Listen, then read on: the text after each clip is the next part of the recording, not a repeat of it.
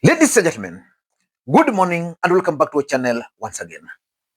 And it is my hope and prayer that the video is going to find you guys in good health. Personally, I am fine as you can see. Kisumu is fantastic, and maybe you could also let me know where you are watching the video from. The county or the country, in case you are out of the republic. Ladies and gentlemen, William Samoei Arap Ruto, the President of the Republic of Kenya, is embarking on a tour of the mountain beginning today. William Ruto arrived at Sagana State Lodge yesterday, and I want you guys to watch this video of the president's arrival at Sagana State Lodge and tell me 2 or 3 things you observed from the video.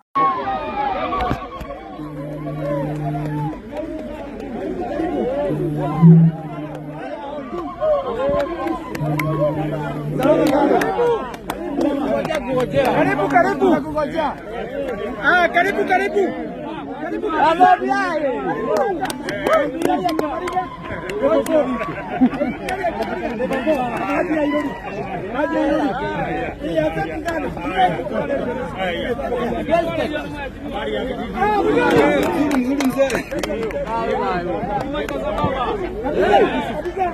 Mimi niko hapa wiki moja. Sawa. Yule mzee wangu wa Baidi kwa tayari.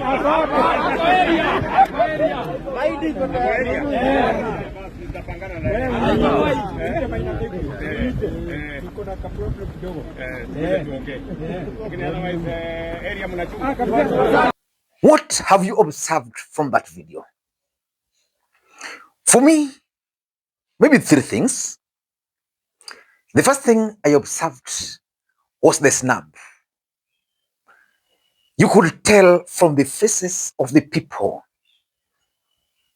who received the president that probably they were hired. The second thing I also observed from that particular reception is the fact that I'm not so sure whether those are residents or whether majority of them were NIS guys. The third thing I observed is the fact that compared to previous receptions, this was too cold. And the president later on granted interview and he set the tone for the tour. Hiyo maneno yote umesema, siku ukikuwa rais ufanye hivyo vile unataka. Wacha mimi nifanye vile najua. Sitaki kujibu hivyo. Nilikuwa Karibu sana katika mlima na asante sana wakubali kuwa nasi katika kikao hiki. Kabla hatujaanza mazungumzo ya leo, wakati hizi stesheni zote zilituma mitandaoni tangazo la kuwa utakuwa hapa, nimekuwa nikiangalia maoni ya wale ambao wamekuwa wakisubiri mjadala huu na wamekuwa wakiuliza anakuja kutudanganya tena. Sijui, does it bother you that Wakenya hawana imani na uwezo wa rais wao kuzungumza ukweli? najua propaganda ni kazi ya wale watu ambao wanatembeza uongo na kudanganya watu. Mimi nimekuja hapa kwa sababu kuna kazi nilipatiwa na wananchi wa Kenya. Na kuna kazi nilipatiwa na wananchi wa Central Kenya. Na hiyo kazi itabainika wazi kama kuna uongo ama kuna ukweli wakati tutaanza hii safari kesho. Unajua mimi naweza kukufanya one term president. Usipofanya hii nahitaji bilioni 10. Wewe unajua bilioni 10 Bwana Waweru? Labda zilikuwa za nini rais? Bilioni 10 ndio niende niongee na watu ya mlimani, you know, ni kupangie siasa, sijui nifanye nini. And one of the biggest questions which the president was going to confront was the issue of the impeachment of Rigathi Gachagua. Hapo sasa ndo umegusa mulima. Wakati ulikuwa hapa na watu walikupenda sana, ulimchagua bwana Rigathi Gachagua, akawa naibu wako, mkaingia katika uongozi. Sasa wakati tukiendelea na kazi, tukaona sijui ni jambo lipi ambalo lilikupa msukumo ama ni lipi lililosababisha akang'atuliwa kutoka kwa kiti cha unaibu wa rais. Ni jambo ambalo lilikera watu wengi sana wa mlima, sababu walisema umemng'atua mtu wetu. Na hata ukawaletea bwana profesa na wakasema sisi mtu wetu alikuwa Rigathi. Ni jambo lipi ambalo lilisukuma kabisa Rigathi akang'atuliwa kutoka kitini cha unaibu? Hiyo ni swali ambayo itajibiwa na watu wengi, kwa sababu wenye kumtoa Rigathi ofisini, mimi hakuna mahali nimeweka sahihi atolewe. Sheria ilifuatwa, lakini wacha nikujibu. wenye kumtoa wakamtoa, si ndio? Lakini nataka nikurudishe nyuma kidogo kabisa. Mimi ndio nimenominate Rigathi Gachagua, si ndio? Hakupigiwa kura ati ndio mimi ni nominate. I nominated him kwa sababu katiba ya Kenya sehemu ya 148 inasema rais ndiye ana nominate, si ndio? Mimi ndio nimemnominate, na nimemnominate kwa kura yangu moja, si ndio? Na mimi nataka nikueleze, hata wakati mimi nimemnominate bwana Gachagua, niliuliza, kwa sababu nilikuwa na wabunge wengi, viongozi wa kutoka mlimani, tuliketi chini na wao, nikawaambia jameni,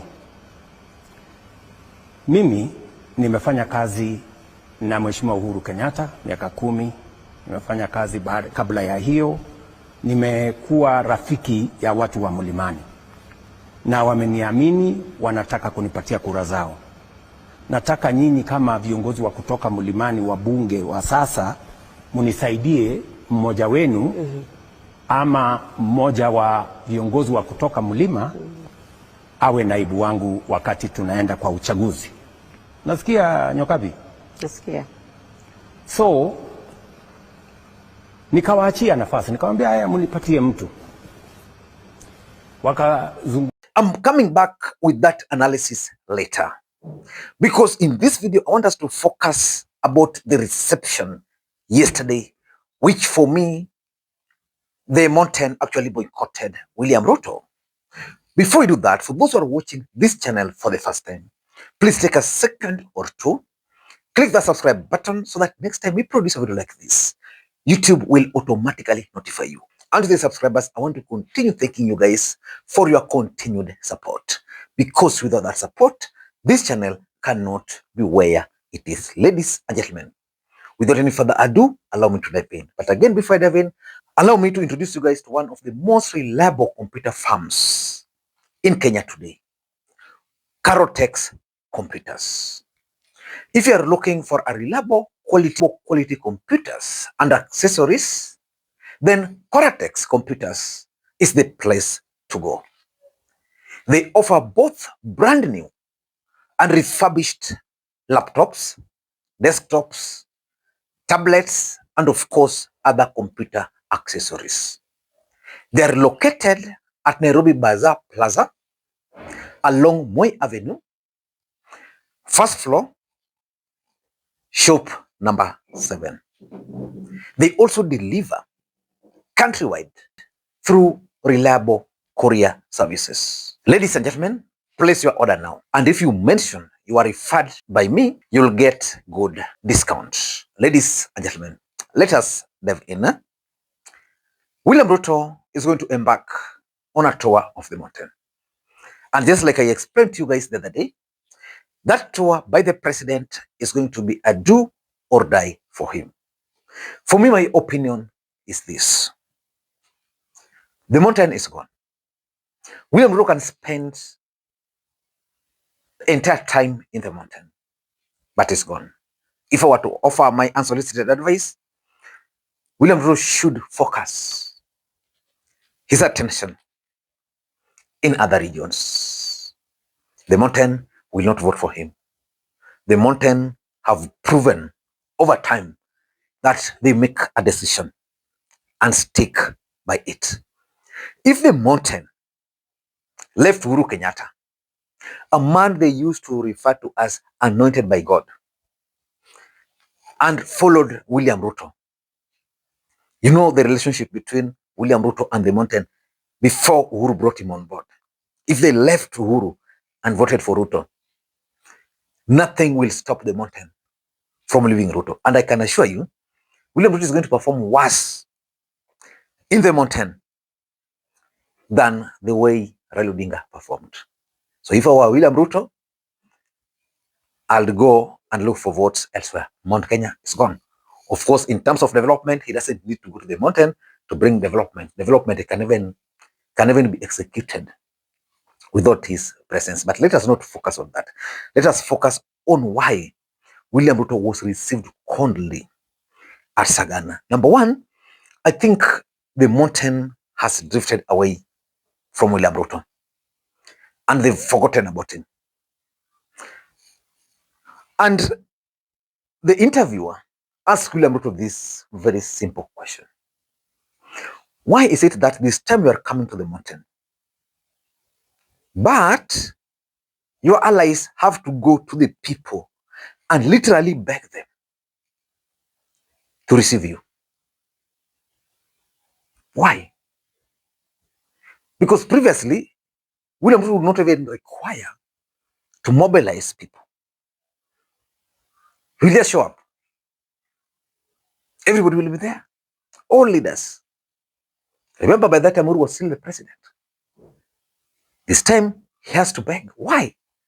Because the mountain has drifted away, and that's something they must accept. Unarudi katika eneo ambalo miezi 6 na hapo mbeleni, ukikuja hapa ulikuwa welcomed na shangwe, vifinjo na nderemo. I hope that is the sequence. Lakini sasa ni hivi watu hawako sure wa kusherehekea. Unafikiria ni nini ambacho kimewasukuma watu ambao walikupenda hadi mahali wako hivi sasa? Wewe unazungumzia mambo ambayo hujaona. Pengine kwa mafikiria yako, sijui mbona tayari umeamua ya kwamba itakuwa tofauti kesho, ama kesho kutwa, ama kesho hiyo ingine. Si ungengojea mpaka ifike huo wakati, alafu sasa useme wakati ule ulikuja ilikuwa hivi, wakati huu umefika imekuwa hivi. Sasa wewe unaongea mambo ya maoni yako ama maoni ya wale ambao wamesema mitandaoni. Na hapana, nasema hivyo kwa sababu katika wiki ambayo imepita nimekuwa nikifuata na nikifanya the stories za hii safari yako. Na wale ambao wanakusupport katika eneo hili, mobilization yao imekuwa ni ya kusihi watu wa mlima wa welcome vizuri. Hilo ni jambo ambalo hatuko tunasikia hapo mbeleni. Jambo la William Ruto kuja katika eneo la mlima ilikuwa embraced na furaha, lakini sahi kwa nini wakazi wa mlima waambiwe almost kupigiwa magoti? Let us not answer a hypothetical question. Si mimi niko hapa. Kwani tutangojea mwaka moja? Si ni kesho? So wacha mambo tuendelee vile tunaendelea. Wakenya wenyewe watajionea, watu wa mlima wenyewe watajitokeza, watasema yale wanafikiria, na mimi pia niko na majibu. Number two, I think William Ruto's reception yesterday was so bad because his allies from the mountain are actually focusing on the trip and the specific venues. For example, if William Ruto is going to Kieni, the member of parliament for Kieni has to mobilize Kieni. Because without mobilizing for Kieni, people are not going to come up. If he's going to, for example, Tharaka Nithi, the leaders there must focus on that. Previously, Ruto going to the mountain, You would even see very young people using their own resources to accompany the president at that time, who was a deputy president. It used to happen. Just like some of us who used to follow Raila Odinga. Most of my friends, because I know some of these guys, most of my friends from the mountain who were supporting Ruto would be driving, carpooling to go to Sagana. Not this time round. People have lost hope in William Ruto. So the leaders must also ensure that they are not embarrassed in their own areas. So they are focusing on ensuring that if William Ruto goes to my place, you will find people there. The most important reason why William Ruto is being snubbed in the mountain is Rigathi Gachagua's factor. And he tried to address it. But I'm not so sure, I'm still not very sure, whether it was a good strategy to attack Rigathi Gachagua during this tour. Because I know Rigathi Gachagua is not Uhuru Kenyatta, who you can say so many things about and will just let it. I'm 100% sure that Rigathi Gachagua might actually call for a press conference to challenge each and everything William Ruto said yesterday. He already referred to William Ruto as a mental case in a tweet yesterday. Yeah, remember Sagana is in Nyeri County, right? Rigathi comes from Nyeri. The residents of Nyeri previously were so excited to go and see one of their sons occupying that office, you know? No, they don't have any reason. Number 3, I think in the mountain, there is this wait and see. Have the people left Ruto or are they still with Ruto? So it means there are so many politicians who are yet to make up their minds, whether to go with the Ruto or whether to go with the Rigathi. Bado wako katikati hapo. So this group of people are yet to be decided. This group of people are yet to decide. And that's why we are seeing low reception. I know there's serious attempt to heavily mobilize people to attend William Ruto's event. As someone who has participated in political activities, you can always tell whether the crowd is hired, whether the crowd is not hired. We'll be watching William Ruto's visit to the mountain very closely. The question I want to ask, do you think Rigathi Gachagua demanded for 10 billion Kenyan shillings from William Ruto to treat the ground? Until that time, this is Lee Makwiny. Bye-bye.